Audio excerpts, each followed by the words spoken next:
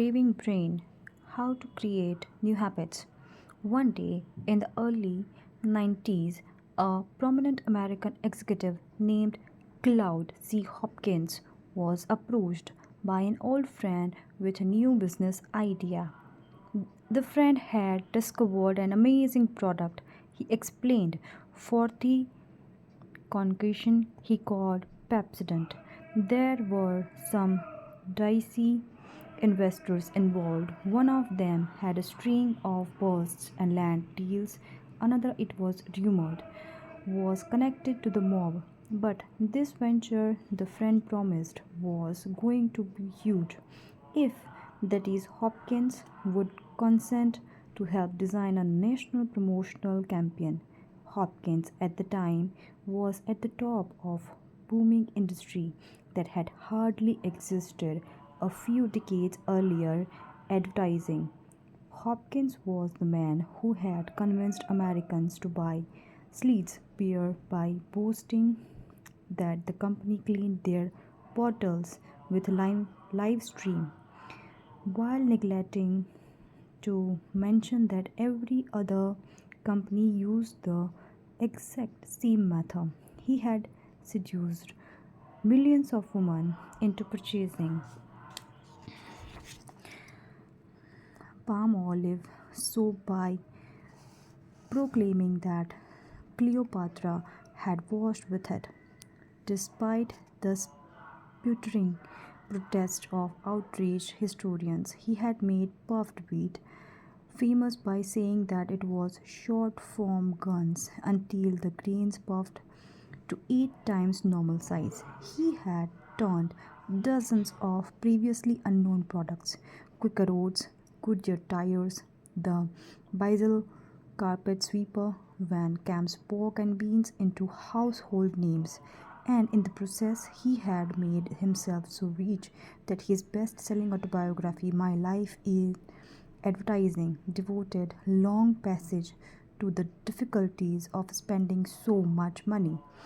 Claude Hopkins was best known for a series of rules he coined complaining how to create new habit among consumers.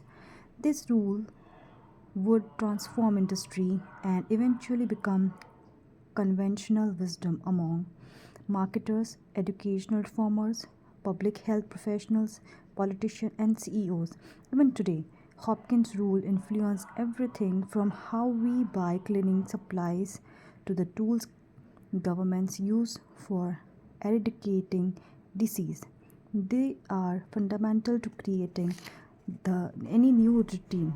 However, when his old friend approached Hopkins about Pepsodent, the ad man expressed only mild interest. It was no secret that the health of Americans' teeth was in steep decline. As the nation had become wealthier, people had started buying larger amount of sugary processed food. When the government started drafting men for World War I, so many recruits had rotting teeth that officials said poor dental hygiene was a national security risk. Yet, as Hopkins knew, selling toothpaste was financial suicide. There was already an army of door-to-door salesmen hawking dubious tooth powders and elixirs, most of them going broke. The problem was that hardly anyone bought toothpaste because, despite the nation's dental problems, hardly anyone brushed their teeth. So Hopkins gave his friend's proposal a bit of thought and then declined. He had stick with soap and cereals. He said, I did not see a way to educate the laity in technical toothpaste theories. Hopkins explained in his autobiography. The friend, however, was persistent. He came back again and again, appealing to Hopkins' considerable ego until eventually the ad man gave in. I finally agreed to undertake the campaign if he gave me a 6-month option on a block of stock. Hopkins roared. The friend agreed.